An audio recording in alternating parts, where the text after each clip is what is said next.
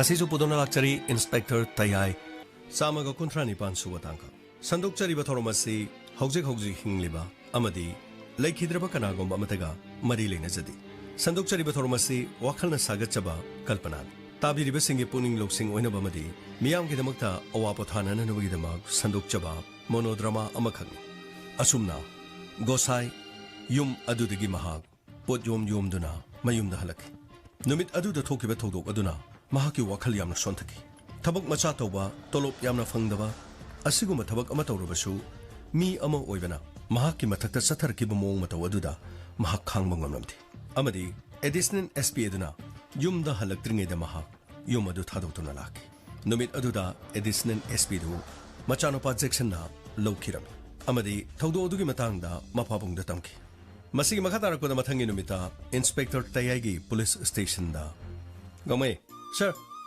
Karino ngarang di Jajat ki loan gayam loan dana Karino na ngangi mayam dago Sir Aina junray da sum Nungsibagi sum Aina jajat ki loan sum ngang bani da sir Ako ki lamda masida layriba Tonga ba kundari ba Ako ki tribe singi loan se Sir Yamno kangdra su Nungsi haiba gumba Chak jarabra haiba gumba Kurumjari haiba gumba Sir Loan kharga tambani da sir Adudi Ako di gang na loan kang basi hele ne Sir, I saw Haven at it, sir. I could give my for Mr. Tari tribe sing, sir.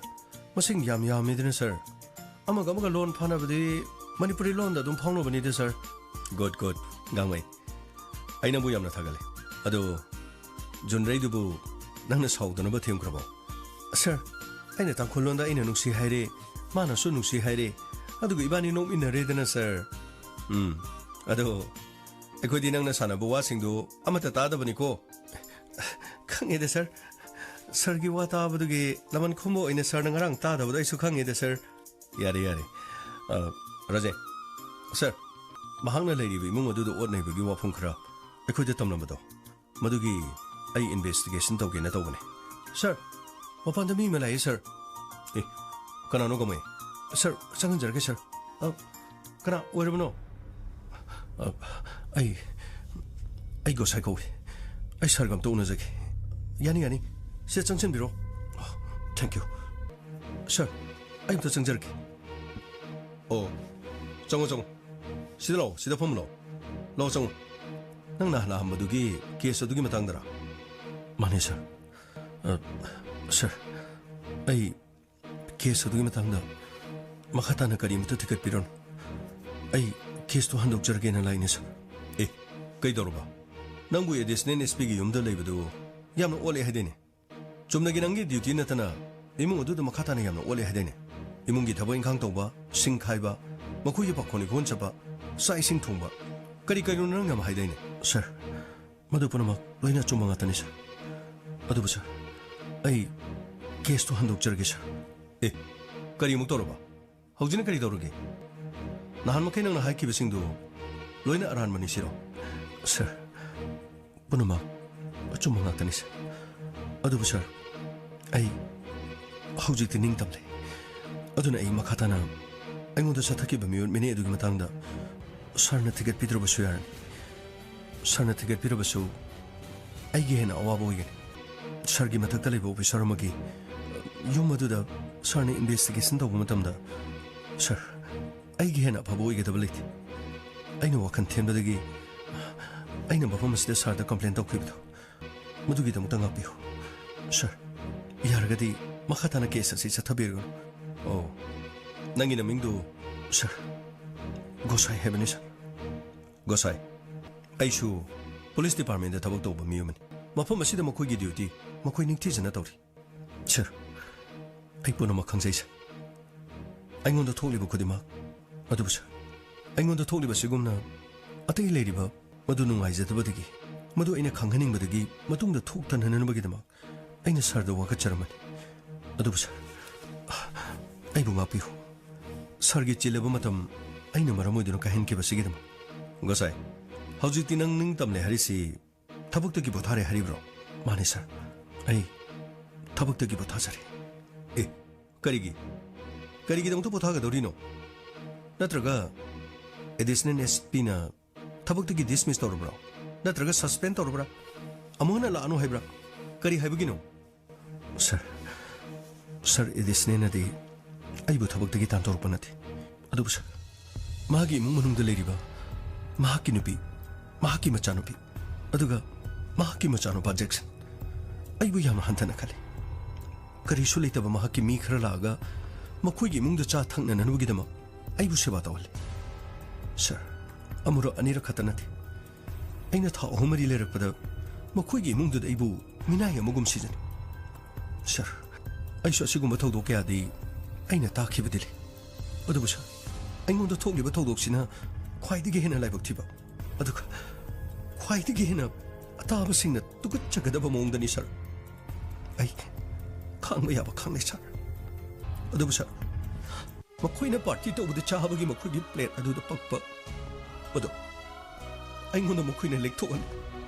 Eh, Karigi, Maquina Duto Gabra. Ha, Maquina Duto Gabraba. Wafama to Sarda Gitam Drino. Ha. Sardanano Wapam Dutamada, Sar Edison and a Kariharike. Sir, I Madutamagi, Matam Punkit. Imu do the Pariam all of us. Sarna de Munda, no Mutakahena Dumedi Togdoman. Adubus, I know what color do no Garitogan. Imu do the Ibuhena no Sidanaban. Ibuhena one of it. Shaniana Kanga.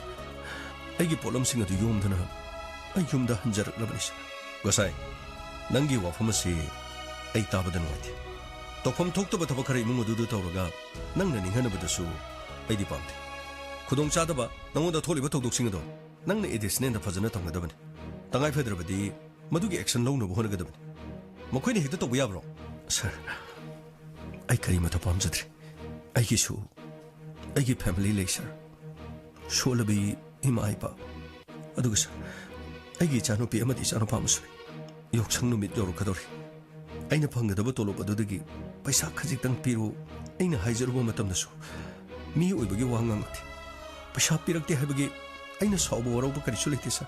Adubus. Wafamasitosis. How's the I am no idea. I choose some Nova Michin Maleraga, Chu Kerleraga, Kaitelgi Machi, Matigi Machimada. I choose more in a Tsarki. Matu the Gipang of Opishadona, sir.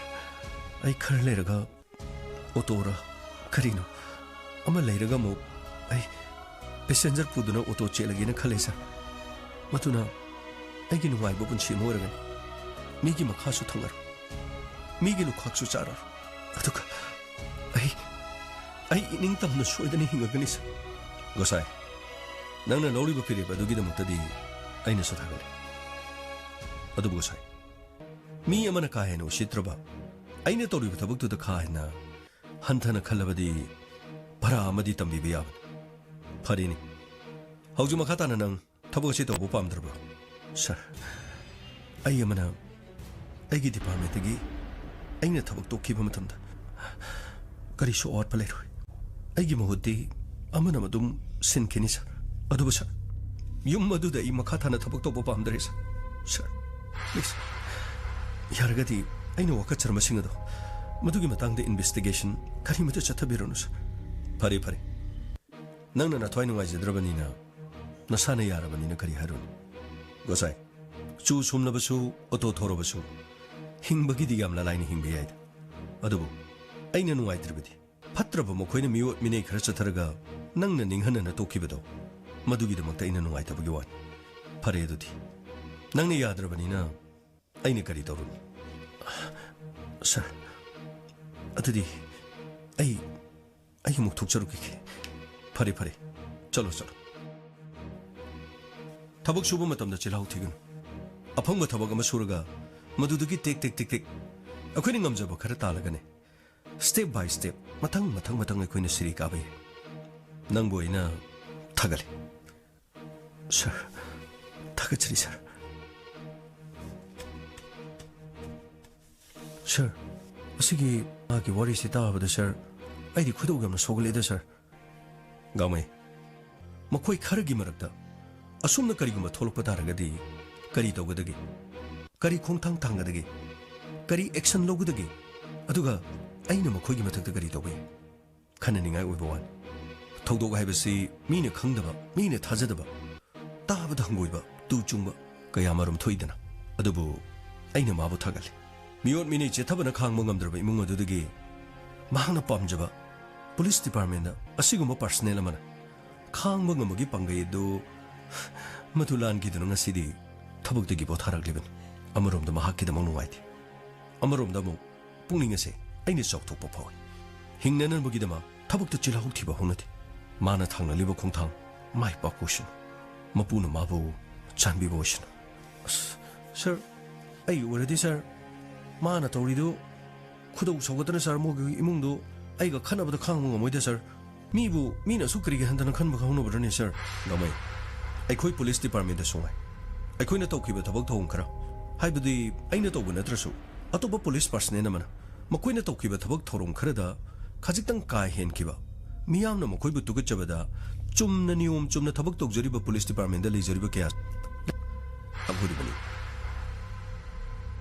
Department ꯈꯨꯗꯤꯡꯃꯛꯇ ꯊꯕꯛ ꯇꯧꯔꯤꯕꯁꯤꯡ ꯑꯣꯏꯔꯕꯁꯨ ꯃꯈꯣꯏꯅ ꯇꯧꯔꯤꯕ ꯊꯕꯛ ꯑꯗꯨꯗ ꯈꯔ ꯑꯃꯅ ꯅꯤꯌꯣꯝ ꯆꯨꯝꯅ ꯇꯧꯖꯔꯕꯁꯨ ꯈꯔ ꯑꯃꯒꯤ ꯃꯊꯛꯇ ꯂꯥꯟꯅ ꯇꯧꯕ ꯌꯥꯎꯔꯕꯗꯤ ꯃꯗꯣ ꯃꯈꯣꯏꯕꯨ ꯍꯪꯒꯣꯏꯕ ꯃꯇꯝꯗ ꯗꯤꯄꯥꯔꯠꯃꯦꯟ ꯑꯗꯨꯗ ꯂꯩꯔꯤꯕꯁꯤꯡ ꯑꯗꯤ ꯈꯔ ꯍꯪꯒꯣꯏꯕꯗꯤ ꯐꯩꯗꯅ ꯑꯗꯨꯕꯨ ꯑꯩꯈꯣꯏ ꯄꯨꯂꯤꯁ ꯗꯤꯄꯥꯔꯠꯃꯦꯟꯁꯤꯗꯤ ꯑꯃꯅ ꯈꯖꯤꯛꯇꯪ ꯐꯠꯇꯅ ꯇꯧꯈꯤꯕ ꯃꯇꯝꯗ ꯑꯩꯈꯣꯏ ꯄꯨꯝꯅꯃꯛ ꯐꯠꯇꯅ ꯎꯕ ꯉꯥꯛꯇꯅꯤ ꯑꯩꯈꯣꯏ ꯃꯌꯥꯝꯁꯤꯒꯤ ꯃꯅꯨꯡꯗ ꯈꯔ ꯃꯇꯤꯛ ꯆꯥꯗꯕ ꯑꯃ ꯌꯥꯎꯈꯤꯕ ꯃꯇꯝꯗ ꯑꯩꯈꯣꯏ ꯃꯌꯥꯝ ꯄꯨꯝꯅꯃꯛꯁꯤ ꯃꯇꯤꯛ ꯆꯥꯗ꯭ꯔꯦ ꯍꯥꯏꯕꯁꯤ ꯃꯁꯤ ꯃꯤꯌꯥꯝ ꯑꯁꯤꯒꯤ ꯑꯁꯣꯟꯕ ꯋꯥꯈꯜ ꯃꯈꯣꯏꯒꯤ ꯄꯨꯛꯅꯤꯡꯗ ꯂꯩꯕ ꯋꯥꯈꯜ ꯑꯗꯨꯅꯤ ꯂꯥꯜꯂꯤꯕꯗꯤ ꯊꯕꯛ ꯃꯆꯥ ꯇꯧꯕ ꯑꯗꯨꯒ ꯃꯇꯨ ꯁꯣꯟꯅ ꯍꯤꯡꯂꯤꯕ ꯀꯥꯡꯕꯨꯁꯤꯅ ꯂꯥꯟꯕ ꯇꯥꯒꯗꯧꯔꯤꯕꯅꯤ ꯅꯤꯌꯣꯝ ꯆꯨꯝꯅ ꯄꯨꯂꯤꯁ ꯗꯤꯄꯥꯔꯠꯃꯦꯟ ꯑꯁꯤꯗ ꯕꯤꯗꯤꯑꯦꯐꯀꯤ ꯄꯣꯁꯇ ꯊꯕꯛ ꯇꯧꯖꯔꯤꯕ ꯊꯃꯣꯏ ꯁꯦꯡꯈ꯭ꯔꯕ ꯃꯍꯥꯛꯀꯨꯝꯕ ꯑꯃꯅ ꯊꯕꯛ ꯑꯁꯤꯗꯒꯤ ꯄꯣꯊꯥꯈꯤꯕ ꯍꯥꯏꯕꯁꯦ ꯃꯁꯤꯁꯨ ꯗꯤꯄꯥꯔꯠꯃꯦꯟ ꯑꯁꯤꯒꯤꯁꯨ ꯃꯥꯡꯖꯕ ꯑꯣꯏꯒꯗꯧꯔꯤꯕꯅꯤ ꯁꯔ ꯑꯩꯈꯣꯏꯒꯤ ꯊꯕꯛ ꯀꯔꯤ ꯕꯤꯗꯤꯑꯦꯐꯀꯤ ꯀꯧꯔꯛꯄꯗ ꯁꯔ ꯃꯥꯁꯦ ꯍꯥꯞꯆꯤꯟꯕꯤꯔꯒ ꯑꯩꯈꯣꯏ ꯄꯨꯂꯤꯁꯇ ꯊꯝꯕ ꯌꯥꯔꯣꯏꯗ꯭ꯔꯥ ꯁꯔ ꯒꯃꯩ ꯃꯗꯨ ꯑꯩꯈꯣꯏꯅ ꯍꯦꯛꯇ ꯌꯥꯕꯗꯤ ꯅꯠꯇꯦ ꯍꯣꯏ ꯑꯗꯨꯕꯨꯗꯤ ꯁꯔ ꯃꯥꯒꯤ ꯃꯑꯣꯡꯁꯤꯗ ꯊꯋꯥꯏ ꯅꯨꯡꯉꯥꯏꯇꯕꯒꯤ ꯋꯥꯅꯤꯗ ꯁꯔ ꯑꯁꯨꯝꯅ ꯒꯣꯁꯥꯏ ꯄꯨꯂꯤꯁ ꯁ꯭ꯇꯦꯁꯟ ꯑꯗꯨꯗꯒꯤ ꯊꯣꯛꯂꯛꯈꯤ ꯑꯩ ꯐꯨꯔꯤꯈꯥꯎꯁꯤꯗ ꯌꯥꯎꯔꯤꯁꯤꯗꯤ ꯒꯥꯔꯤꯒꯤ ꯁꯣꯅꯤꯅ ꯑꯩꯗꯤ ꯉꯔꯥꯡ ꯁꯔꯒꯤ ꯒꯥꯔꯤꯁꯨ ꯑꯩꯗꯤ ꯊꯝꯃꯝꯕ ꯀꯥꯎꯔꯦꯗꯅ ꯁꯤꯅ ꯑꯃꯨꯛ ꯀꯃꯥꯏ ꯇꯧꯕ ꯌꯨꯝ ꯑꯗꯨꯗ ꯑꯩꯅ ꯁꯤ ꯄꯤꯔꯨꯗꯣꯏꯁꯤꯕꯨ ꯃꯥꯒꯤ ꯃꯆꯥꯅꯨꯄꯥꯅꯤ ꯃꯥꯒꯤ ꯅꯨꯄꯤꯗꯨꯅꯤ ꯊꯦꯡꯅꯅꯤ ꯈꯟꯕꯗ ꯏꯁꯥꯁꯦ ꯑꯩ ꯂꯥꯏꯃꯟ ꯀꯥꯡꯉꯦ ꯈꯣꯏꯗꯧꯕꯁꯦ ꯄ꯭ꯔꯣꯛ ꯊꯤꯜꯂꯤ ꯑꯗꯨꯕꯨ ꯁꯣꯁꯤ ꯌꯥꯎꯗ꯭ꯔꯕꯗꯤ ꯒꯥꯔꯤ ꯑꯗꯨ ꯀꯔꯝ ꯊꯧꯒꯅꯤ ꯐꯔꯦ ꯌꯨꯝꯗ ꯆꯠꯂꯒ ꯁꯣ ꯑꯁꯤ ꯃꯈꯣꯏꯒꯤ ꯁꯨꯃꯥꯡꯗꯔ ꯃꯈꯣꯏꯒꯤ ꯃꯪꯒꯣꯜꯗꯔ ꯇꯨꯃꯤꯟꯅ ꯊꯝꯂꯝꯕ ꯇꯥꯕꯅꯤ ꯖꯦꯛꯁꯟ ꯄꯥꯃꯣ ꯂꯥꯛꯑꯣꯗꯅ ꯑꯩ ꯑꯣꯐꯤꯁ ꯆꯠꯀꯗꯧꯔꯦ ꯂꯥꯛꯑꯣ ꯄꯥꯃꯣ ꯒꯥꯔꯤ ꯁꯣꯗꯨ ꯊꯤꯕ ꯈꯪꯗ꯭ꯔꯦ ꯒꯣꯁꯥꯏꯗꯨꯅ ꯁꯣꯗꯨ ꯃꯌꯨꯝꯗ ꯄꯨꯔ ꯆꯠꯈ꯭ꯔꯕ ꯈꯪꯗꯦ ꯅꯠꯇ꯭ꯔꯒ ꯌꯨꯝ ꯑꯁꯤꯗꯒꯤ ꯇꯥꯟꯊꯣꯛꯈ꯭ꯔꯦꯗꯅ ꯈꯣꯡꯕꯥꯟꯗꯒ ꯂꯪꯊꯣꯛꯈ꯭ꯔꯕ ꯈꯪꯗꯦ ꯒꯥꯔꯤ ꯁꯣꯗꯨ ꯊꯤ ꯈꯪꯗ꯭ꯔꯦ मादी गाड़ी सोदी पोर करीगी चलीबा अदुने पो सोसी थी खंगद्रे फजने यंगो सोदो टेबल दरा आइगु पु मथक तरम तेयो युम मसिदे थबक तौदना लेजबदो नखोई नमाम साना मानरगा सुरु नैरगा ताथोख्रिनिने आई लाक्त्रिबो फौबदसु नाहक्ता लेहलम यायबा पबुंग लाक्त्रिबो लेयो हायबनी अदुबो आइने खर ngangu cheruina मपोट मफी योमगा मयुमदे हिता चख्रिबनी मी यामनो सिटी अमा मदो ममाई ममित खंगदन खर फोहोगदबगिबा आई यामना चाइजानी यारे सोदो नमा दायो एक्स्ट्रा सोदो आइगी उपु मनुंगदा लेबनी अदुबो थोरो हजिक्ते आई थबक चतबा यारोय मतम से थिंगजले अदुगा युम मसिदा गोसाई चखरबनीना मागी महुत सिनबा मनी सोई कोरतबा यारोय आई एसपी गा दानरगने मदुगी मतंग सु खनगदबले सोदो आइगी उपु दलेबनी नमा तमता हायो होय पम हाय समंता कहेगे बका मपाम सासी थोलकदोर मखोगी गारीदो खजितंग थोकदखिबगा तुंगदगी तानारगा ममांगदा थाजंगदब अदुगा ओवर पावर तोरगने मपाम सासी फागदबनी अदुगा अखोगी थबक पुनमक पांगथोकदब बका मुई नांगे वीडियो अमा लेदाइने अदु उदेने ngasi suti logrobra keno chap charabani masano pasine gari thogadori adurabadi aikoina phabadasu khara lairan hoi gari du satorle hoi Hey, Jackson. Sodo later banoibo. Yamna kui greda. Pong sila le. Lai. Lo ne, ting re lo ne. Hibo.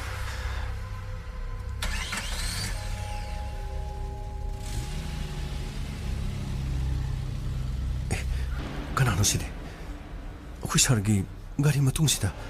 Tonggan sida sangal le ramaga. Matung tanang grisibo. Gari nomor MN01 7642.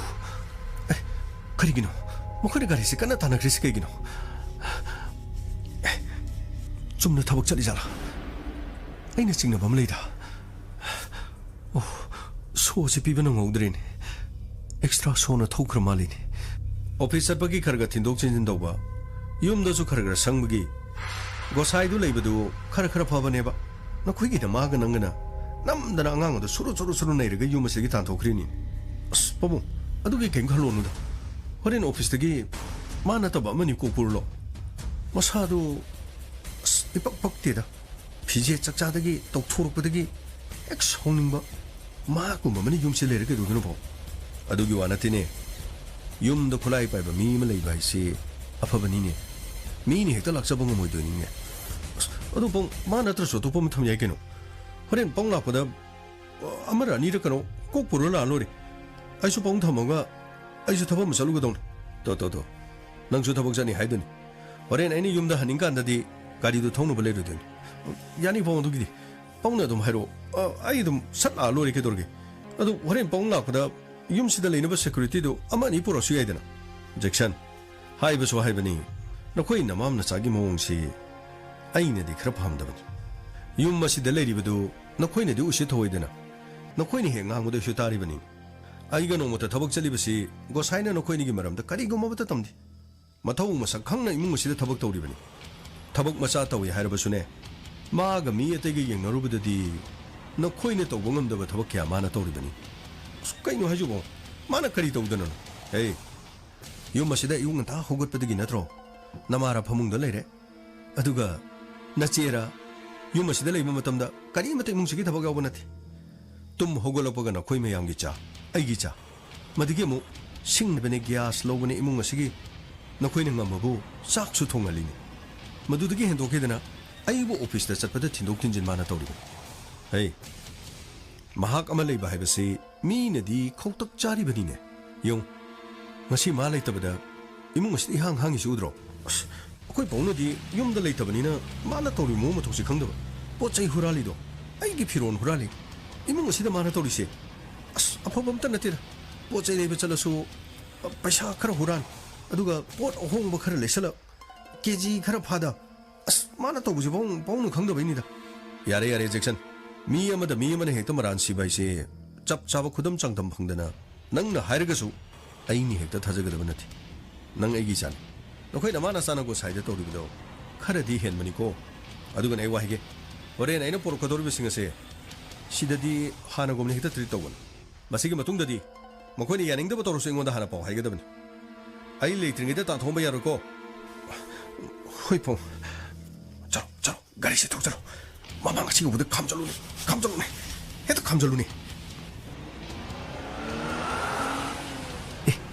아시는 그래 가리노 감절 마망 같이 감절 나쿠다그로 나쿠테 헬링구다 너 타임망이니 나쿠다그로 바보 아시니까 나노 바보 아시니 마마이 미를 kum절리 나코네 아이슈 강디네 에디스네 네스피 나쿠도디 헬링구 마탐다 너 철망을 나코도 상그노 에이 뭐잖아 받아라 응 나코다고 소마다 먹을 분자 아두가 마마에도 곱살가 코이가리다 합쳐 너 코이가라구나 너 코이가라구나 아이시가나노 컴브라 쌀 아돔 에디스는 SP니 하이버캉 아두가 시나동이 있잖아 ngasi디 아이고 와리 컬 사나 바다리 시 마이스 피넘 도 곱선적 타도 너희들 받고 너 그냥 탈 이놈 막니 타도 셜 시대기는 레임 따라가디 ꯑꯩꯈꯣꯏꯅ ꯄꯥꯏꯔꯤꯕ ꯈꯨꯠꯂꯥꯏꯁꯦ ꯃꯔꯨ ꯆꯠꯄꯅꯤ ꯃꯣꯔꯦꯒꯤ ꯅꯣꯡꯃꯩ ꯅꯠꯇꯦ ꯒꯥꯔꯤꯗ ꯀꯥꯈꯠꯄꯤꯌꯨ ꯒꯥꯔꯤꯁꯤꯗ ꯀꯥꯈꯠꯄꯤꯌꯨ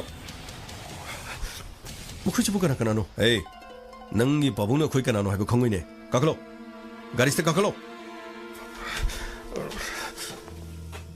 ꯑꯁꯨꯝꯅ ꯂꯝꯕꯤ ꯑꯗꯨꯗꯒꯤ ꯖꯦꯛꯁꯟ ꯑꯃꯗꯤ ꯑꯦꯗꯤꯁꯅꯦꯜ SP ꯃꯁꯛ ꯈꯪꯗꯕ ꯃꯤ ꯑꯅꯤꯅ ꯃꯈꯣꯏꯒꯤ ꯒꯥꯔꯤ ꯑꯗꯨꯒꯤ ꯃꯃꯥꯡꯗ ꯈꯥꯝꯖꯤꯟꯗꯨꯅ ꯑꯣꯚꯔ ꯄꯥꯋꯔ ꯇꯧꯔꯒ ꯃꯃꯥꯏꯗ ꯐꯤ ꯑꯃꯨꯕ ꯈꯨꯝꯖꯤꯜꯂꯒ ꯒꯥꯔꯤ ꯑꯗꯨꯗ ꯍꯥꯞꯇꯨꯅ ꯄꯨꯈꯤꯔꯝꯃꯤ ꯑꯃꯔꯣꯝꯗ ꯌꯨꯝ ꯑꯗꯨꯗ ꯁꯣꯛ ꯄꯤꯕ ꯂꯥꯛꯄ ꯃꯇꯝꯗ ꯒꯣꯁꯥꯏꯅ ꯊꯣꯡꯒꯥꯜ ꯑꯗꯨ ꯍꯦꯛ ꯌꯧꯔꯛꯄꯒ ꯑꯦꯗꯤꯁꯅꯦꯜ SP ꯑꯃꯗꯤ ꯃꯆꯥꯅꯨꯄꯥ ꯒꯥꯔꯤ ꯊꯧꯗꯨꯅ ꯆꯠꯈꯤ ꯃꯁꯤꯒꯤ ꯃꯇꯨꯡꯗ ꯍꯥꯊꯨ ꯍꯥꯊꯨ ꯃꯐꯝ ꯑꯗꯨꯗ ꯂꯩꯔꯝꯕ ꯒꯥꯔꯤ ꯑꯃ MN01 7642 ꯍꯥꯏꯔꯤꯕ ꯒꯥꯔꯤ ꯑꯁꯤ ꯌꯥꯝꯅ ꯍꯥꯊꯨ ꯍꯥꯊꯨ ꯃꯅꯤꯡ ꯏꯟꯅꯈꯤꯔꯝꯃꯤ ꯒꯥꯔꯤ ꯑꯗꯨ ꯎꯕ ꯃꯇꯝꯗ ꯒꯣꯁꯥꯏꯅ ꯆꯤꯡꯅꯕ ꯐꯥꯎꯈꯤ ꯃꯁꯤꯒꯤ ꯃꯇꯨꯡꯗ ꯃꯍꯥꯛ ꯂꯩꯐꯝ ꯆꯥꯐꯝ ꯈꯪꯗꯕꯗꯒꯤ ꯌꯨꯝ ꯑꯗꯨꯗ ꯒꯥꯔꯤ ꯁꯣꯛꯄꯤꯁꯤꯔꯥ ꯅꯠꯇ꯭ꯔꯒ ꯑꯦꯗꯤꯁꯅꯦꯜ SP ꯑꯗꯨꯒꯤ ꯃꯅꯤꯡꯗ ꯇꯥꯟꯅꯈꯤꯕ ꯒꯥꯔꯤ ꯑꯗꯨꯕꯨ ꯇꯥꯟꯅꯒꯗ꯭ꯔꯥ ꯀꯔꯤ ꯇꯧꯒꯗꯒꯦ ꯍꯥꯏꯗꯨꯅ ꯃꯍꯥꯛ ꯆꯃꯝꯅꯗꯨꯅ ꯂꯩꯈꯤ ꯑꯩ ꯀꯔꯤ ꯇꯧꯒꯅꯤ ꯑꯩꯒꯤ ꯋꯥꯈꯜꯗ ꯑꯩꯅ ꯄꯨꯛꯅꯤꯡꯗ ꯐꯥꯎꯔꯤꯕꯁꯤ ꯁꯣꯏꯗꯅ ꯑꯣꯏꯒꯅꯤ ꯑꯩꯈꯣꯏꯒꯤ ꯁꯥꯔꯕꯨ ꯇꯨꯡꯗ ꯇꯥꯟꯅꯈꯤꯕ ꯒꯥꯔꯤꯗꯣ ꯃꯥꯒꯤ ꯒꯥꯔꯤ ꯈꯨꯗꯧ ꯑꯗꯨꯒ ꯃꯁꯛ ꯈꯪꯗꯕ ꯃꯤꯅꯤ ꯑꯩ ꯏꯟꯁꯄꯦꯛꯇꯔ ꯇꯦꯔꯦꯗ ꯀꯣꯜ ꯑꯝꯇ ꯇꯧꯒꯦ ꯍꯜꯂꯣ ꯍꯜꯂꯣ ꯁꯥꯔ ꯍꯜꯂꯣ ꯀꯅꯥ ꯑꯣꯏꯕꯤꯔꯕꯅꯣ ꯀꯔꯤ ꯇꯧꯔꯒꯦ ꯁꯥꯔ ꯑꯩ ꯍꯧꯖꯤꯛꯇ ꯂꯥꯛꯆꯔꯝꯕ ꯒꯣꯁꯥꯏꯗꯨꯅꯤ ꯁꯥꯔ ꯒꯣꯁꯥꯏ ꯀꯔꯤ ꯇꯧꯔꯦ ꯁꯥꯔ ꯑꯩꯅ ꯁꯣ ꯑꯗꯨ ꯄꯤꯒꯦ ꯍꯥꯏꯗꯨꯅ ꯑꯦꯗꯤꯁꯅꯦꯜ SPꯒꯤ ꯌꯨꯝꯗ ꯍꯦꯛ ꯌꯧꯕꯒ ꯁꯥꯔ ꯑꯩꯈꯣꯏꯒꯤ ꯁꯥꯔ ꯑꯃꯗꯤ ꯃꯆꯥꯅꯨꯄꯥꯒ ꯒꯥꯔꯤ ꯑꯗꯨ ꯊꯧꯈ꯭ꯔꯦ ꯁꯥꯔ ꯃꯗꯨꯒꯤ ꯃꯇꯨꯡꯗ ꯃꯐꯝ ꯑꯗꯨꯗ ꯈꯥꯝꯗꯨꯅ ꯂꯩꯔꯤꯕ ꯒꯥꯔꯤ ꯑꯃꯈꯛ ꯁꯥꯔ ꯌꯥꯝꯅ ꯆꯤꯡꯅꯕ ꯃꯑꯣꯡꯗ ꯁꯥꯔ ꯑꯦꯗꯤꯁꯅꯦꯜꯒꯤ ꯒꯥꯔꯤꯒꯤ ꯃꯇꯨꯡꯗ ꯁꯥꯔ ꯒꯥꯔꯤ ꯑꯗꯨ ꯌꯥꯝꯅ ꯌꯥꯡꯅ ꯊꯧꯈꯤ ꯁꯥꯔ ꯌꯥꯔꯕꯗꯤ ꯁꯥꯔ ꯃꯈꯣꯏꯒꯤ ꯒꯥꯔꯤ ꯑꯗꯨꯒꯤ ꯃꯇꯨꯡ ꯏꯟꯅꯔꯒ ꯑꯦꯗꯤꯁꯅꯦꯜꯕꯨ ꯀꯟꯅꯅꯕꯒꯤ ꯑꯃꯨꯛꯇ ꯇꯧꯕꯤꯌꯨ ꯁꯥꯔ ꯉꯁꯥꯏ ꯒꯥꯔꯤ ꯑꯗꯨ ꯆꯨꯝꯅ ꯊꯕꯛ ꯂꯩꯕꯗꯒꯤ ꯊꯧꯕ ꯑꯣꯏꯔꯝꯕꯁꯨ ꯌꯥꯏꯗ ꯅꯠꯇꯦ ꯁꯥꯔ ꯑꯩꯅ ꯃꯨꯟꯅ ꯈꯪꯖꯩ ꯁꯥꯔ ꯑꯩꯈꯣꯏꯒꯤ ꯊꯣꯡꯒꯥꯜ ꯑꯁꯤꯗ ꯑꯗꯨꯒꯨꯝꯕ ꯒꯥꯔꯤ ꯑꯃꯠꯇ ꯈꯥꯝꯗꯦ ꯑꯗꯨꯒ ꯁꯥꯔ ꯒꯥꯔꯤ ꯑꯗꯨꯒꯤ ꯅꯝꯕꯔ MN01 7642ꯅꯤ ꯁꯥꯔ ꯑꯩꯅ ꯆꯤꯡꯅꯕ ꯈꯔ ꯂꯩꯖꯩ ꯁꯥꯔ ꯐꯔꯦ ꯒꯣꯁꯥꯏ ꯑꯗꯨꯗꯤ ꯑꯦꯗꯤꯁꯅꯦꯜꯒꯤ ꯊꯣꯡꯒꯥꯟꯗꯅ ꯑꯗꯨꯝ ꯂꯩꯔꯝꯃꯨ ꯑꯩꯈꯣꯏ ꯇꯤꯝ ꯃꯐꯝ ꯑꯗꯨꯗ ꯊꯨꯅ ꯂꯥꯛꯀꯦ ꯐꯅꯤ ꯁꯥꯔ ꯑꯩ ꯃꯐꯝꯁꯤꯗ ꯉꯥꯏꯖꯔꯝꯒꯦ ꯁꯥꯔ ꯒꯥꯔꯤꯁꯤ ꯈꯔ ꯈꯥꯝꯖꯒꯦ ꯈꯥꯝꯃꯣ ꯑꯁꯤꯒꯤ ꯆꯤꯡꯒꯣꯡ ꯑꯁꯤꯗ ꯈꯥꯝꯃꯣ ꯑꯗꯨꯒ ꯆꯤꯡꯆꯦꯞ ꯑꯁꯤꯗ ꯄꯨꯁꯜꯂꯒ ꯋꯥꯍꯪ ꯄꯥꯎ ꯇꯧꯁꯤ ꯆꯂꯣ ꯈꯥꯝꯃꯣ ꯒꯥꯔꯤꯗꯨ ꯈꯥꯝꯃꯣ ꯀꯨꯝꯊꯔꯣ ꯁꯥꯔ ꯂꯦꯡꯊꯕꯤꯔꯛꯁꯤ ꯅꯈꯣꯏ ꯀꯅꯥ ꯀꯅꯥꯅꯣ ꯑꯃꯨꯛꯇ ꯁꯦꯡꯅꯌꯨ ꯅꯈꯣꯏ ꯀꯅꯥ ꯀꯅꯥꯅꯣ ꯅꯈꯣꯏꯅ ꯇꯧꯔꯤꯕ ꯊꯕꯛ ꯑꯁꯤꯒꯤ ꯑꯐꯕ ꯄꯣꯠꯂꯣꯏ ꯁꯨꯡꯑꯣꯏ ꯑꯣꯏꯔꯣꯏ ꯃꯐꯝ ꯑꯁꯤꯗ ꯅꯈꯣꯏꯒꯨꯝꯕꯅ ꯃꯐꯝ ꯑꯁꯤꯗ ꯅꯈꯣꯏꯅ ꯑꯩꯕꯨ ꯀꯤꯗꯅꯦꯞ ꯇꯧꯕ ꯅꯈꯣꯏ ꯑꯐꯕ ꯁꯨꯡꯑꯣꯏ ꯑꯣꯏꯔꯣꯏ ꯁꯥꯔ ꯀꯔꯤꯝꯇ ꯀꯥꯟꯅꯔꯣꯏ ꯁꯥꯔ ꯀꯥꯈꯠꯄꯤꯌꯨ ꯆꯤꯡ ꯑꯁꯤꯗ ꯀꯥꯈꯠꯄꯤꯌꯨ ꯑꯗꯣꯝꯒꯤ ꯗꯤꯄꯥꯔꯠꯃꯦꯟꯗ ꯑꯗꯣꯝꯅ ꯆꯥꯎꯔꯝꯕ ꯌꯥꯏ ꯑꯗꯨꯒ ꯃꯐꯝ ꯑꯁꯤꯗꯗꯤ ꯑꯗꯣꯝꯅ ꯆꯥꯎꯕ ꯌꯥꯔꯣꯏ ꯀꯥꯈꯠꯄꯤꯌꯨ ꯊꯥꯗꯣꯛꯄꯤꯌꯨ ꯑꯩꯒꯤ ꯈꯨꯠ ꯄꯨꯂꯤꯁ ꯀꯩꯒꯤꯅꯣ ꯈꯨꯠꯁꯤ ꯊꯥꯗꯣꯛꯄꯤꯌꯨ ꯑꯩ ꯅꯪ ꯋꯥ ꯌꯥꯝ ꯉꯥꯡꯉꯤ ꯀꯩꯅꯣ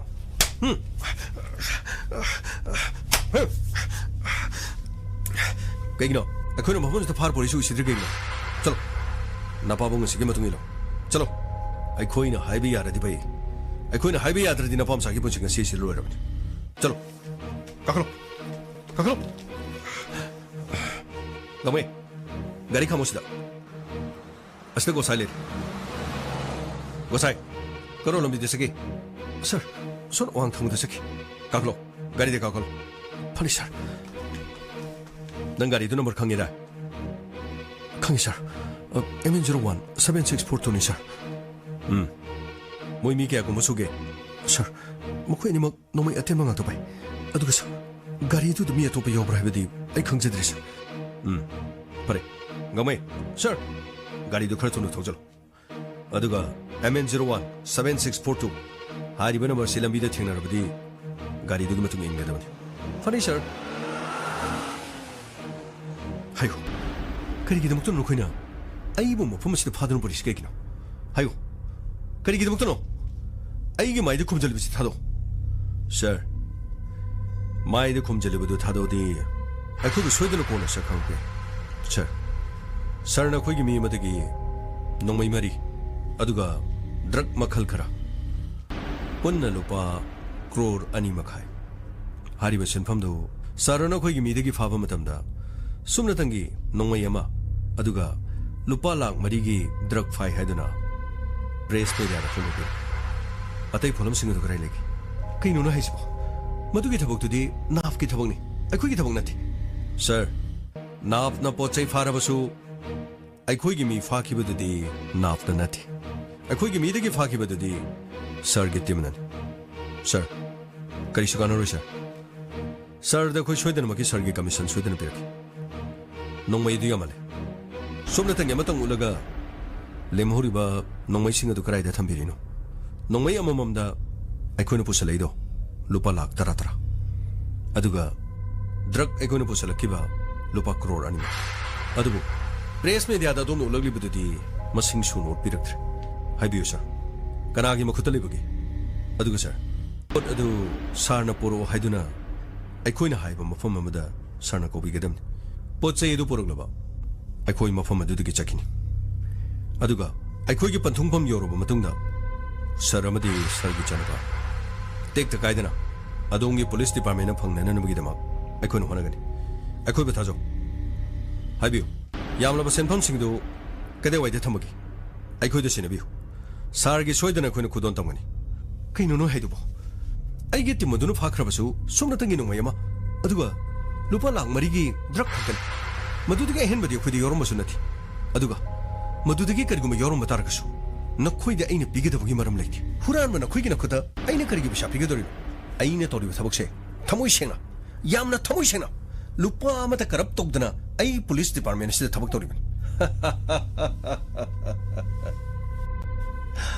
सर दिसनेन अदोंगी वहाई ताबदे यम नुंगाइबा फाव अदुबु अदों कावर माले अखोइना पाइरिबा नोंमै से पुलिस डिपार्टमेंट पाइरिबा पुलिस की नोंमै दुगा छप मानबा नोंमै अखोइना पाइरिबा सिसु काबलबदि मी सोइदना सिगनि फरेनि अदोमी याद्रबनिना अदोंगी चानुपासी हाना का पतारे कराई सिदा पुछ मचानो पतसि पुछ आइगे त फाइदा दिकन अइगो त नोंमै दुका पिरकनो आइगे त फाइदा दिकन बियो आइ लागनो नंगी न पासिना पैसा पुथुक याद्रेने नंबु हट पतारेने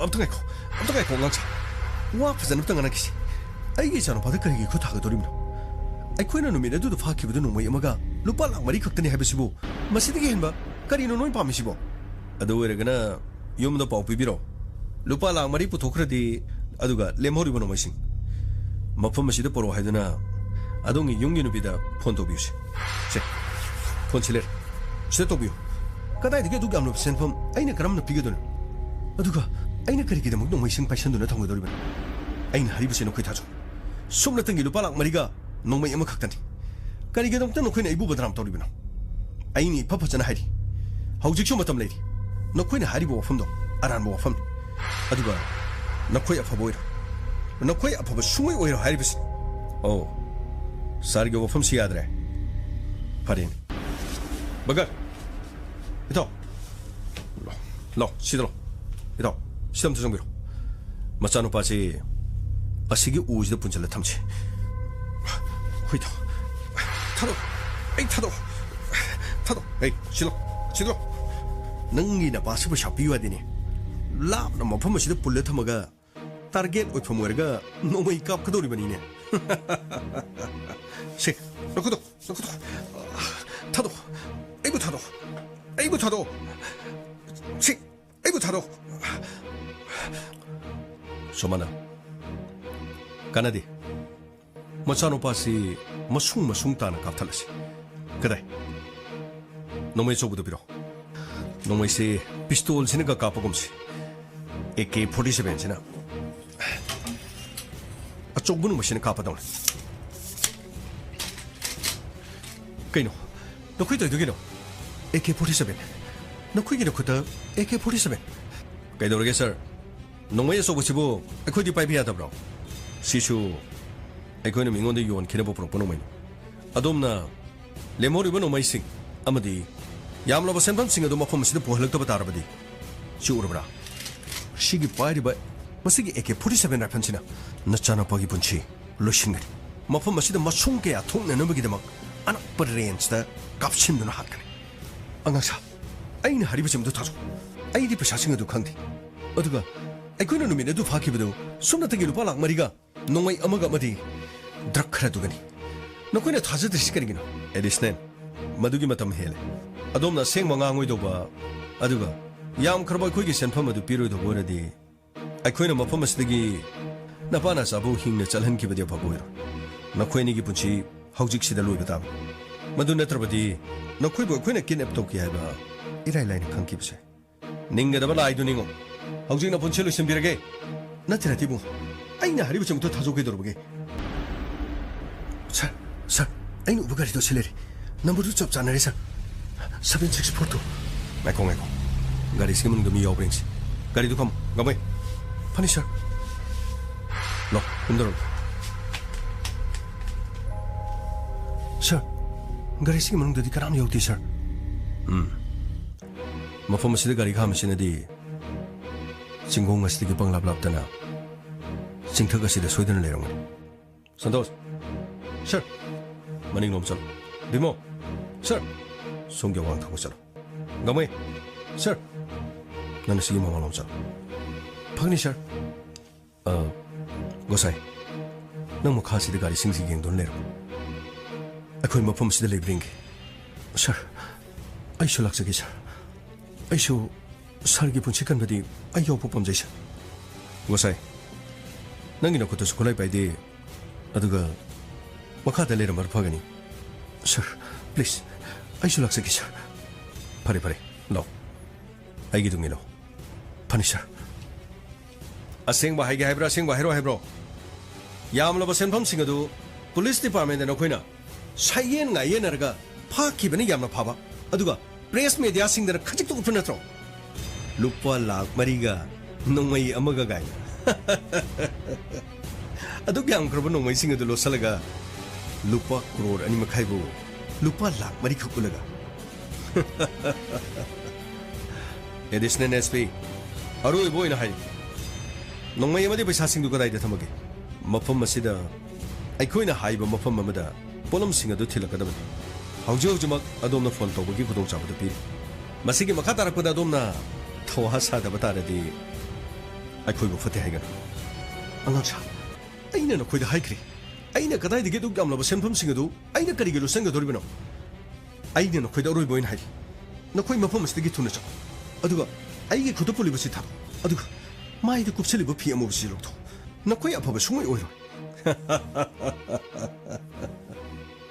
ꯁꯔ ꯑꯦꯗꯤꯁꯅꯦꯜ ꯃꯐꯝ ꯑꯁꯤꯗꯤ ꯅꯪꯒꯤ ꯑꯣꯐꯤꯁꯇꯨ ꯅꯠꯇꯦ ꯁꯤꯗꯤ ꯑꯩꯈꯣꯏꯅ ꯄꯥꯜꯂꯤꯕ ꯃꯐꯝꯅꯤ ꯌꯥꯗ꯭ꯔꯦ ꯑꯗꯨꯗꯤ ꯅꯆꯥꯅꯨꯄꯥꯒꯤ ꯄꯨꯟꯁꯤꯁꯤ ꯂꯣꯏꯕ ꯇꯥꯕꯅꯤꯅꯦ ꯑꯩꯅ ꯅꯈꯣꯏꯗ ꯑꯁꯨꯛ ꯌꯥꯝꯅ ꯐꯖꯅ ꯍꯥꯏꯕꯁꯤꯕꯨ ꯅꯈꯣꯏꯅ ꯊꯥꯖꯗ꯭ꯔꯤꯁꯤꯕꯨ ꯀꯔꯤꯒꯤꯅꯣꯕ ꯍꯥ ꯅꯈꯣꯏꯅ ꯊꯥꯖꯗ꯭ꯔꯤꯁꯤ ꯀꯔꯤꯒꯤꯅꯣ ꯁꯔ ꯑꯁꯤꯗ ꯎꯗ ꯄꯨꯜꯂꯒ ꯂꯩꯔꯤꯁꯦ ꯑꯩꯈꯣꯏꯒꯤ ꯖꯦꯛꯁꯟꯅꯤ ꯖꯦꯛꯁꯟ ꯍꯥꯏꯕꯗꯤ ꯁꯔ ꯑꯩꯕꯨ ꯌꯥꯝꯅ ꯊꯤꯅ ꯇꯧꯋꯦ ꯍꯥꯏꯕꯗꯣ ꯑꯦꯗꯤꯁꯅꯦꯜꯒꯤ ꯃꯆꯥꯅꯨꯄꯥꯅꯤ ꯃꯈꯣꯏ ꯑꯍꯨꯝꯅ ꯁꯤꯗ ꯃꯔꯩ ꯌꯦꯠꯅꯔꯤꯉꯩꯗ ꯖꯦꯛꯁꯟꯒꯤ ꯄꯨꯜꯂꯤꯕ ꯃꯈꯨꯠꯁꯦ ꯅꯪꯅ ꯆꯪꯁꯤꯜꯂꯒ ꯂꯧꯊꯣꯛ ꯑꯗꯨꯒ ꯑꯩꯅ ꯃꯈꯣꯏꯒꯤ ꯃꯅꯥꯛꯇ ꯊꯨꯅ ꯆꯪꯁꯤꯜꯂꯒ ꯑꯣꯚꯔ ꯄꯥꯋꯔ ꯇꯧꯅꯕ ꯍꯣꯠꯅꯒꯦ ꯃꯐꯝ ꯑꯁꯤꯗ ꯑꯩꯅ ꯅꯣꯡꯃꯩ ꯀꯥꯞꯂꯕꯗꯤ ꯑꯦꯗꯤꯁꯅꯦꯜꯗ ꯁꯣꯏꯗꯅ ꯄꯥꯟꯕ ꯌꯥꯏ ꯆꯪꯁꯤꯜꯂꯣ ꯖꯦꯛꯁꯟꯒꯤ ꯃꯈꯨꯠꯇ ꯄꯨꯜꯂꯤꯕꯁꯤ ꯂꯧꯊꯣꯛꯎ ꯐꯅꯤ ꯁꯔ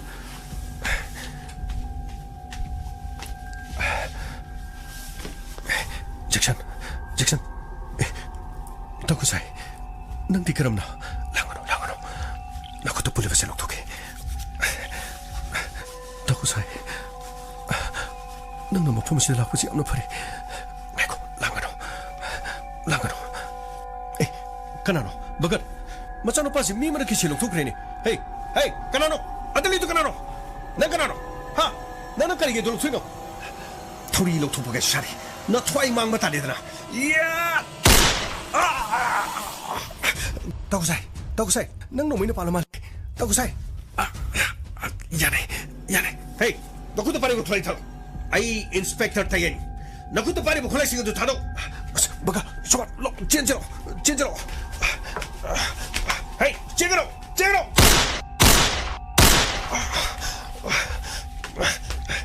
ꯁꯔ ꯑꯩꯁꯨ ꯂꯥꯛꯆꯒꯦ ꯁꯔ ꯒꯣꯁꯥꯏ ꯅꯈꯨꯠꯇ ꯄꯥꯜꯂꯤꯗꯣ ꯅꯈꯨꯠꯇ ꯅꯣꯡꯃꯩꯅ ꯄꯥꯜꯂꯤꯗꯨꯗꯤ ꯁꯥꯔꯒ ꯖꯦꯛꯁꯟꯒ ꯅꯪ ꯅꯤꯡꯊꯤꯅ ꯁꯦꯟꯅꯔꯝꯃꯣ ꯁꯔ ꯌꯥꯅꯤ ꯁꯔ ꯑꯩ ꯂꯥꯛꯆꯒꯦ ꯁꯔ ꯁꯦ ꯃꯈꯣꯏꯒꯤ ꯅꯣꯡꯃꯩ ꯑꯆꯧꯕꯁꯤ ꯄꯥꯏꯈꯣ ꯁꯤ ꯄꯥꯏꯔꯒ ꯃꯐꯝ ꯑꯁꯤꯗ ꯉꯥꯛꯑꯝꯃꯣ ꯁꯔ ꯑꯩꯁꯨ ꯂꯥꯛꯆꯒꯦ ꯁꯔ ꯑꯩꯁꯨ ꯁꯥꯔꯒꯤ ꯇꯨꯡ ꯏꯜꯂꯛꯀꯦ ꯃꯈꯣꯏꯕꯨ ꯐꯥꯕ ꯄꯥꯝꯃꯤ ꯁꯥꯔ ꯉꯁꯥꯏ ꯅꯈꯨꯠꯇ ꯄꯥꯜꯂꯦꯅꯦ ꯅꯪꯕꯨ ꯁꯥꯔ ꯌꯥꯅꯤ ꯁꯥꯔ ꯐꯔꯦ ꯐꯔꯦ ꯑꯩꯒꯤ ꯇꯨꯡ ꯏꯜꯂꯣ ꯁꯥꯔ ꯁꯟꯇꯣꯁ ꯁꯥꯔ ꯁꯣꯝꯒꯤ ꯆꯤꯡꯆꯦꯞꯇ ꯆꯦꯟꯈ꯭ꯔꯦ ꯑꯁꯣꯝ ꯅꯥꯀꯟꯗ ꯀꯣꯏꯁꯜꯂꯣ ꯐꯪꯅꯤ ꯁꯥꯔ ꯒꯥꯡꯃꯩ ꯁꯥꯔ ꯁꯣꯝꯒꯤ ꯆꯤꯡꯆꯦꯞꯁꯦ ꯆꯦꯟꯈ꯭ꯔꯦ ꯑꯩꯒꯤ ꯇꯨꯡ ꯏꯜꯂꯣ ꯕꯤꯃꯣ ꯁꯥꯔ ꯂꯥꯛꯆꯔꯦ ꯁꯥꯔ ꯂꯥꯛ ꯁꯨꯃꯥꯏꯅ ꯁꯤꯗꯤ ꯄꯨꯂꯤꯁꯅ ꯃꯐꯝ ꯑꯁꯤ ꯂꯥꯛꯏꯁꯦ ꯀꯃꯥꯏꯅ ꯇꯧꯔꯤꯅꯣ ꯑꯁ ꯑꯩꯈꯣꯏꯅ ꯆꯤꯡꯈꯣꯡꯗ ꯊꯝꯕ ꯒꯥꯔꯤꯗꯨꯗꯒꯤ ꯈꯪꯕ ꯑꯣꯏꯔꯝꯒꯅꯤ ꯀꯃꯥꯏꯅ ꯇꯧꯕ ꯆꯠꯂꯣ ꯊꯋꯥꯏ ꯍꯤꯡꯅꯕ ꯆꯦꯟꯕ ꯅꯠꯇꯅ ꯀꯔꯤꯒꯨꯝꯕ ꯎꯄꯥꯏ ꯑꯃꯠꯇ ꯂꯩꯇ꯭ꯔꯦ ꯍꯩ ꯅꯈꯨꯠꯇ ꯄꯥꯏꯔꯤꯕ ꯈꯨꯠꯂꯥꯏ ꯊꯥꯗꯣꯛ ꯅꯈꯨꯠꯇ ꯄꯥꯏꯔꯤꯕ ꯈꯨꯠꯂꯥꯏ ꯊꯥꯗꯣꯛ ꯅꯊꯋꯥꯏꯗꯨ ꯍꯤꯡꯂꯕꯗꯤ ꯈꯨꯠꯂꯥꯏ ꯑꯗꯨ ꯊꯥꯗꯣꯛꯄ ꯆꯪꯖꯔꯣ ꯏꯟꯁꯄꯦꯛꯇꯔ ꯑꯩꯈꯣꯏꯒꯤ ꯂꯝꯕꯤ ꯊꯥꯗꯣꯛ ꯑꯩꯈꯣꯏꯅ ꯃꯐꯝ ꯑꯁꯤꯗ ꯀꯔꯤꯒꯤꯗꯃꯛ ꯑꯦꯗꯤꯁꯅꯦꯜ ꯑꯦꯁ ꯄꯤ ꯐꯥꯔꯤꯕꯅꯣ ꯅꯪ ꯈꯪꯕ꯭ꯔꯥ ꯍꯥ ꯍꯦ ꯑꯦꯗꯤꯁꯅꯦꯜ ꯑꯦꯁ ꯄꯤꯕꯨ ꯐꯥꯕ ꯅꯈꯣꯏꯒꯤ ꯅꯠꯇꯤꯡꯂꯣ ꯏꯟꯁꯄꯦꯛꯇꯔ ꯌꯥꯝꯂꯕ ꯂꯨꯄꯥ ꯀ꯭ꯔꯣꯔ 2.5 ꯑꯃꯗꯤ ꯅꯣꯡꯃꯩ ꯀꯌꯥꯃꯔꯨꯝ ꯐꯥꯈ꯭ꯔꯒ ꯁꯨꯞꯅꯇꯒꯤ ꯂꯨꯄꯥ ꯂꯥꯈ 4ꯒ ꯅꯣꯡꯃꯩ ꯑꯃꯈꯛ ꯄꯨꯊꯣꯛꯇꯨꯅ ꯄ꯭ꯔꯦꯁ ꯃꯦꯗꯤꯌꯥꯗ ꯎꯠꯄ ꯑꯦꯗꯤꯁꯅꯦꯜ ꯑꯦꯁ ꯄꯤ 마기 마탁다 아이코이게 록심기버 पैसा도 मधु기도 मखोइ लापने अय अदु ओरबसु नखोइने तोरिबो थबकतो अफब थबक नते नोंमैदु मखादा थमग चंगजरो अदु नत्रबदि नथोइ मांगने चंगजरो इंस्पेक्टर आइकोइगे लंबी थटकनो अफब ओइरोइ या सर आई सि मथक्ता काकटके सरगो वारी दुम सानाबियो अदुगा सर आई मथकलोमदगी मखोइबु फानाबो तोरके गोसाई गोसाई नकुतुसु सोक्ने मधु करमना अवांग मस्ते कादोइनो सर यानी सर सरगा दुम वारी सानाबियो आई सोमना खाना काके सर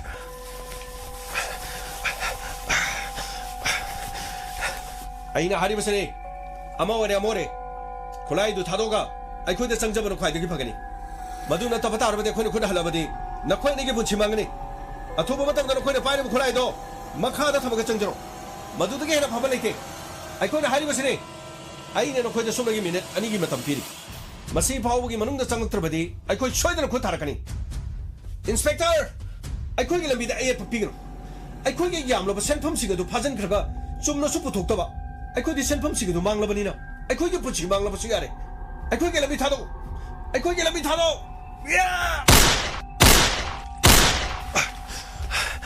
हनबलेतने तुम कापिने अदुरबदि नथोइ मांगो ताबनि नोय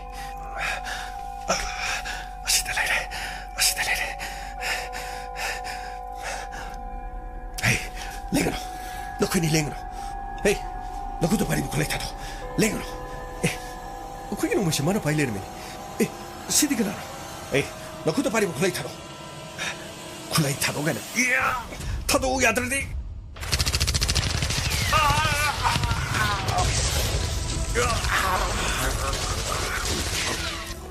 गोसाइना तुंगगी नोंमसे कापख्रे गोसाइ गोसाइ सीसफायर गोसाइ सीसफायर गोसाइ यारे यारे गोसाइ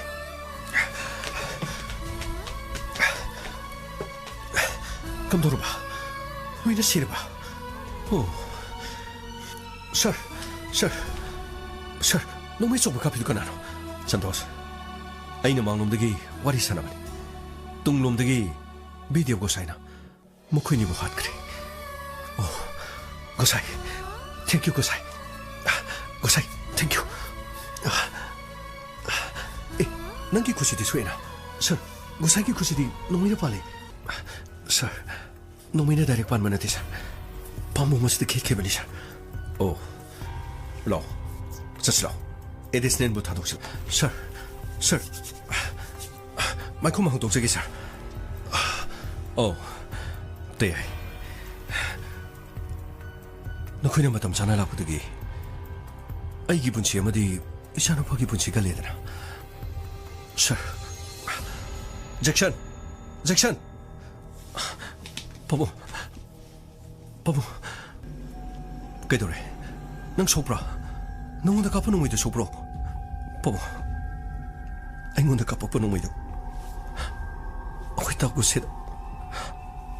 sida pala, kari, gosidi mo to karam na, ha, gosidi mo to karam na, sir, nasigi to dosi, gosina matam jana ko'y daharak padagi, mapamasi da ko'y laksa gimin. सरगी मुंग दगो सेबो यामना थीना तोबिबा अदुगा थबुक मचा तोई नचानो पामदि ममाना बचाबगी लुखा की प्लेट अदु ngara मोदा लेखनकी मथमोय सोपदगी ꯌꯨꯝ ꯑꯗꯨꯗꯒꯤ ꯁꯍꯔꯒꯤ ꯑꯌꯥꯕ ꯌꯥꯎꯗꯅ ꯄꯣꯠꯌꯣꯝ ꯌꯣꯝꯗꯨꯅ ꯌꯨꯝꯗ ꯂꯥꯛꯈꯤ ꯃꯁꯤꯒꯤ ꯃꯇꯨꯡꯗꯒꯤ ꯃꯍꯥꯛꯀꯤ ꯐꯨꯔꯤꯈꯥꯎꯗ ꯌꯥꯎꯕ ꯁꯍꯔꯒꯤ ꯒꯥꯔꯤꯒꯤ ꯁꯣ ꯑꯗꯨ ꯄꯤꯅꯅꯕꯒꯤꯗꯃꯛ ꯁꯍꯔꯒꯤ ꯌꯨꯝꯗ ꯆꯠꯈꯤꯕꯅꯤ ꯑꯗꯨꯕꯨ ꯃꯍꯥꯛꯅ ꯌꯨꯝ ꯌꯧꯔꯛꯄ ꯃꯇꯝꯗ ꯖꯦꯛꯁꯟꯅ ꯁꯍꯔꯕꯨ ꯄꯨꯗꯨꯅ ꯆꯠꯈꯤ ꯊꯣꯡꯒꯥꯟ ꯑꯗꯨꯗ ꯂꯩꯔꯝꯕ ꯌꯥꯝꯅ ꯆꯤꯡꯅꯕ ꯒꯥꯔꯤ ꯑꯃꯈꯛ ꯒꯣꯁꯦꯟꯅ ꯎꯈꯤ ꯒꯥꯔꯤ ꯑꯗꯨꯒꯤ ꯅꯝꯕꯔ ꯑꯗꯨ ꯑꯩꯉꯣꯟꯗ ꯄꯥꯎ ꯄꯤꯔꯛꯄꯗꯒꯤ ꯃꯍꯥꯛꯀ ꯂꯣꯏꯅꯅ ꯃꯐꯝ ꯑꯁꯤꯗ ꯃꯍꯥꯛꯀ ꯂꯣꯏꯅꯅ ꯁꯍꯔꯒꯤ ꯈꯣꯡꯒꯨꯜ ꯂꯤꯔꯛꯄꯅꯤ ꯆꯤꯡꯈꯣꯡ ꯑꯁꯤꯗ ꯑꯩꯈꯣꯏꯅ ꯌꯦꯡꯖꯔꯛꯄ ꯃꯇꯝꯗ 7642 ꯍꯥꯏꯔꯤꯕ ꯒꯥꯔꯤ ꯑꯁꯤ ꯈꯥꯝꯗꯨꯅ ꯂꯩꯔꯝꯕꯗꯒꯤ ꯆꯤꯡꯊꯛ ꯑꯁꯤꯗ ꯁꯔ ꯑꯩꯈꯣꯏ ꯀꯥꯈꯠꯆꯔꯛꯄꯅꯤ ꯑꯗꯨꯒ ꯁꯔ ꯃꯐꯝ ꯑꯁꯤꯗꯒꯤ ꯑꯗꯣꯝꯒꯤ ꯁꯍꯔꯒꯤ ꯏꯆꯥꯅꯨꯄꯥ ꯖꯦꯛꯁꯟ ꯃꯐꯝ ꯑꯁꯤꯗ ꯄꯨꯟꯗꯨꯅ ꯂꯩꯔꯤꯕꯗꯨ ꯃꯍꯥꯛꯅ ꯂꯧꯊꯣꯛꯈꯤꯕꯅꯤ ꯃꯍꯥꯛꯅ ꯊꯧꯔꯤ ꯂꯧꯊꯣꯛꯈꯤ ꯑꯗꯨꯕꯨ ꯃꯤꯐꯠꯇꯁꯤꯡ ꯑꯁꯤꯅ ꯁꯍꯔꯒꯤ ꯏꯆꯥꯅꯨꯄꯥꯗ ꯅꯣꯡꯃꯩꯅ ꯀꯥꯞꯄꯛꯈꯤ ꯑꯗꯨꯕꯨ ꯒꯣꯁꯥꯏꯅ ꯆꯦꯟꯁꯤꯟꯗꯨꯅ ꯅꯣꯡꯃꯩ ꯑꯗꯨ ꯃꯉꯣꯟꯗ ꯄꯥꯜꯍꯟꯈꯤ ꯁꯔ ꯃꯈꯨꯠꯇ ꯅꯣꯡꯃꯩꯅ ꯄꯥꯟꯕꯒꯤ ꯁꯣꯛꯂꯕ ꯐꯥꯎꯕꯗ ꯃꯐꯝ ꯑꯁꯤꯗ ꯃꯤꯐꯠꯇꯁꯤꯡꯅ ꯍꯨꯟꯗꯣꯛꯂꯝꯕ AK-47 ꯔꯥꯏꯐꯜ ꯑꯁꯤ ꯄꯥꯏꯔꯒ ꯉꯁꯤꯒꯤ ꯁꯍꯔꯒꯤ ꯄꯨꯟꯁꯤꯕꯨ ꯇꯦꯡꯁꯤꯟꯅꯔꯤꯕ ꯃꯈꯣꯏ ꯑꯅꯤꯗꯣ ꯁꯔ ꯏꯟꯁꯄꯦꯛꯇꯔ ꯇꯌꯦꯅ ꯍꯥꯠꯄ ꯅꯠꯇꯦ ꯒꯣꯁꯥꯏꯅ ꯍꯥꯠꯄꯅꯤ ꯁꯔ ꯃꯁꯤꯒꯤ ꯊꯧꯗꯣꯛ ꯑꯁꯤ ꯒꯣꯁꯥꯏ ꯂꯩꯔꯝꯗ꯭ꯔꯕꯗꯤ ꯁꯔ ꯑꯃꯗꯤ ꯖꯦꯛꯁꯟꯒꯤ ꯄꯨꯟꯁꯤꯗꯤ ꯁꯔ ꯏꯟꯁꯄꯦꯛꯇꯔ ꯇꯌꯦ ꯅꯪꯅ ꯍꯥꯏꯅꯤꯡꯂꯤꯕ ꯋꯥꯐꯝ ꯈꯨꯗꯤꯡꯃꯛ ꯑꯩ ꯂꯣꯏꯅ ꯈꯪꯏ ꯆꯨꯝ ꯑꯩꯒꯤ ꯌꯨꯝ ꯑꯗꯨꯗ ꯑꯩꯒꯤ ꯏꯆꯥꯅꯨꯄꯥ ꯏꯆꯥꯅꯨꯄꯤ ꯑꯃꯗꯤ ꯑꯩꯒꯤ ꯅꯨꯄꯤꯅ ꯒꯣꯁꯥꯏꯕꯨ ꯌꯥꯝꯅ ꯊꯤꯅ ꯇꯧꯏ ꯍꯥꯏꯕ ꯑꯩ ꯈꯪꯏ ꯑꯗꯨꯕꯨ ꯒꯣꯁꯥꯏ ꯅꯪꯒꯤ ꯅꯐꯝꯗ ꯑꯩ ꯃꯩ ꯊꯤꯔꯤꯅꯤ ꯉꯁꯤ ꯅꯪ ꯂꯩꯔꯝꯗ꯭ꯔꯕꯗꯤ ꯉꯁꯤ ꯀꯔꯤꯁꯨ ꯂꯩꯇ꯭ꯔꯕ ꯍꯥꯏꯗꯨꯅ ꯉꯥꯡꯕꯤ ꯆꯩꯕꯤꯕ ꯅꯪꯕꯨ ꯂꯩꯔꯝꯗ꯭ꯔꯕꯗꯤ ꯏꯁꯥꯅ ꯏꯁꯥꯕꯨ ꯊꯥꯛ ꯋꯥꯡꯉꯦ ꯍꯥꯏꯅ ꯈꯟꯖꯔꯤꯕ ꯏꯄꯥ ꯏꯆꯥꯒꯤ ꯄꯨꯟꯁꯤꯗꯤ ꯉꯁꯤ ꯃꯤꯀꯨꯞ ꯈꯔꯒꯤ ꯃꯃꯥꯡꯗ ꯂꯣꯏꯔꯝꯕꯤ ꯒꯣꯁꯥꯏ ꯅꯪꯗꯤ ꯑꯩꯒꯤ ꯑꯁꯦꯡꯕ ꯂꯥꯟꯃꯤ ꯅꯪꯗꯤ ꯑꯩꯒꯤ ꯑꯁꯦꯡꯕ ꯒꯥꯔꯗ ꯅꯪꯗꯤ ꯑꯩꯒꯤ ꯑꯁꯦꯡꯕ ꯄꯨꯂꯤꯁ ꯗꯤꯄꯥꯔꯠꯃꯦꯟꯒꯤ ꯑꯁꯦꯡꯕ BDF ꯅꯪꯗꯤ ꯄꯨꯂꯤꯁ ꯗꯤꯄꯥꯔꯠꯃꯦꯟꯗ BDF ꯑꯃ ꯑꯣꯏꯅ ꯂꯩꯔꯕꯁꯨ ꯅꯪꯗꯤ ꯑꯁꯦꯡꯕ ꯂꯥꯟꯃꯤꯅꯤ ꯅꯪꯕꯨ ꯑꯩꯅ ꯁꯦꯂꯨꯠ ꯇꯧꯔꯤꯀꯣ ꯒꯣꯁꯥꯏ ꯁꯔ ꯑꯩꯗꯤ ꯀꯔꯤꯁꯨ ꯂꯩꯇꯕ ꯊꯕꯛ ꯃꯆꯥ ꯇꯧꯖꯕ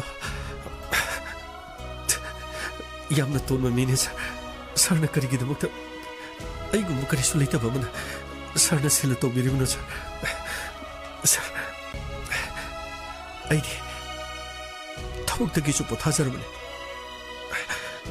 ꯑꯩꯅ ꯃꯤ ꯑꯅꯤ ꯍꯥꯠꯈꯤꯕꯒꯤꯗꯃꯛ ꯁꯔ ꯑꯩꯕꯨ ꯑꯥꯏꯟꯒꯤ ꯑꯣꯏꯕ ꯆꯩꯔꯥꯛ ꯄꯤꯕꯤꯌꯨ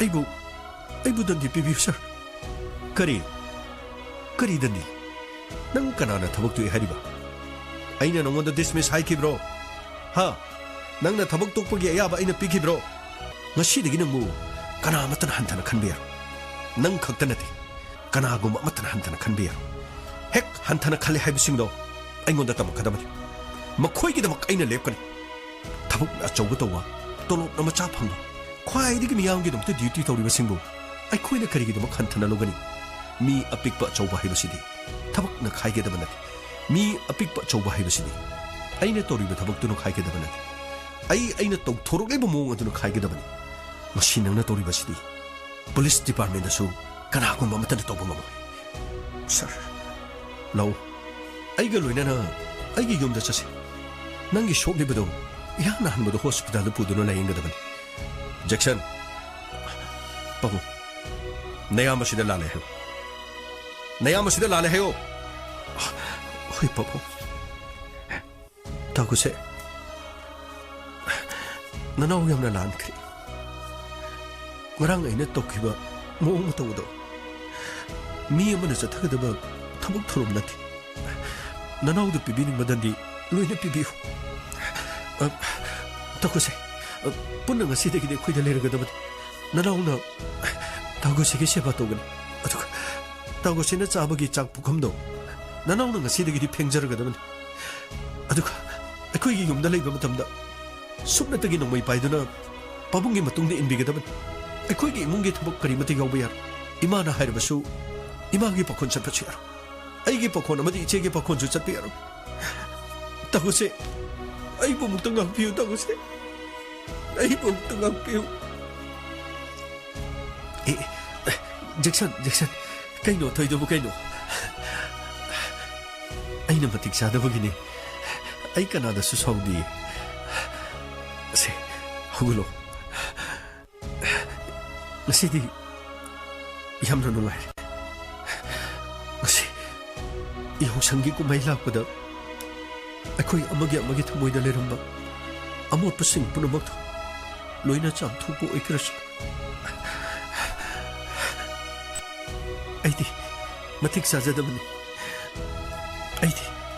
aigi duty adu khak tawjakhiba khaktani aina soikhiba lankhiba punamak nakhoi be hanu ngakpiu Kose nangi wahai khudimak taharuraga aigi thamoy si puba yade karigi namuk tanuna dum hairi nanau nu pasina hairedana nangna chabagi kondo madu nanau asina phengamna doribani nangi phi mana phi suba taragasu nangi phi mana suhamna doribani ngasidi khangne akoi mioi ba haibasi achouba pikpa karisu lebinati thabak achouba toraga chauba thabak macha toraga apikpa oiba madu Tabak adugi reng tugi matungina oirabasu aikhoi mapan thongdadi miyoibani mi amadagi karisu henba leite aidi aso sangni aidi siroi naroi haibiya aduga ai lairabani matam punamakta lairagani haibiya roi ne gosai Inspector te sir ngasi matam chana gosai ga loina na mafam sida laktana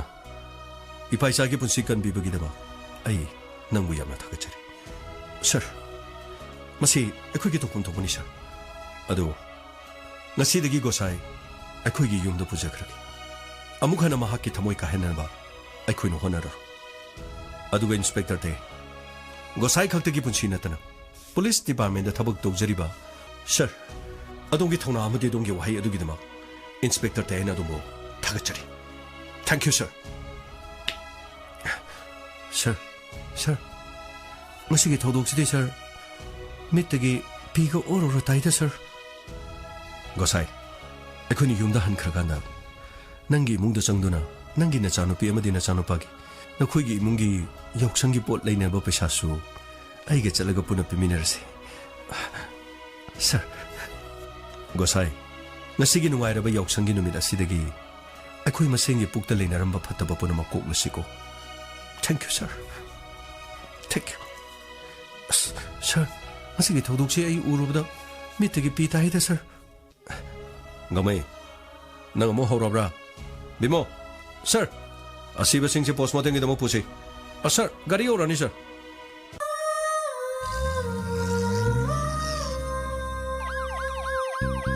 Lakle Inspector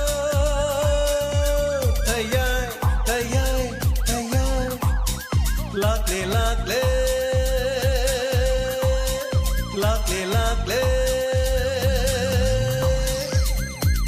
Inspector tayar uthana ba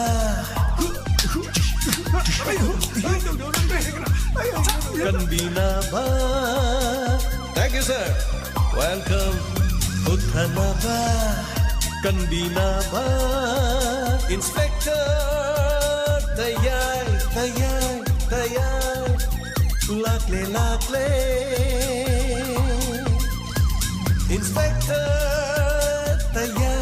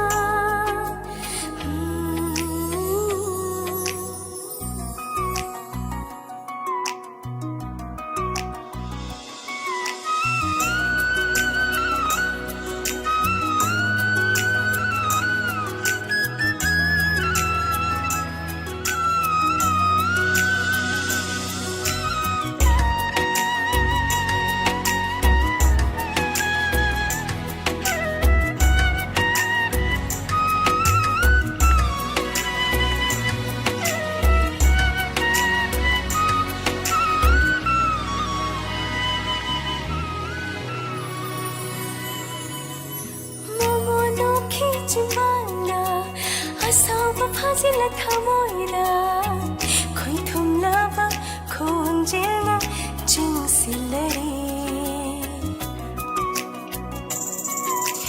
ꯃꯃꯣꯟꯗꯣꯈꯤ ꯆꯤꯟꯕꯥꯜꯅ ꯑꯁꯥꯎꯕ ꯐꯥꯖꯤꯜꯂ ꯊꯃꯣꯏꯗ ꯈꯣꯏꯊꯨꯝꯂꯕ ꯈꯣꯟꯖꯦꯜꯅ ꯆꯤꯡꯁꯤꯜꯂꯔꯤ ꯊꯋꯥꯏ ꯀꯌꯥꯁꯨ ꯉꯁꯤꯗꯤ ꯁꯨꯝꯍꯥꯠ ꯍꯩꯕ ꯋꯥꯍꯩꯅ ꯐꯥꯖꯤꯜꯂꯤ ꯏꯁꯥ ꯄꯨꯝꯕ ꯆꯥꯎꯊꯣꯛꯆꯩ ꯊꯋꯥꯏꯁꯦ ꯅꯪꯒꯤꯗꯃꯛ ꯊꯥꯕꯤꯔꯛꯄꯅꯤ ꯃꯄꯨꯅ ꯑꯩꯈꯣꯏꯒꯤ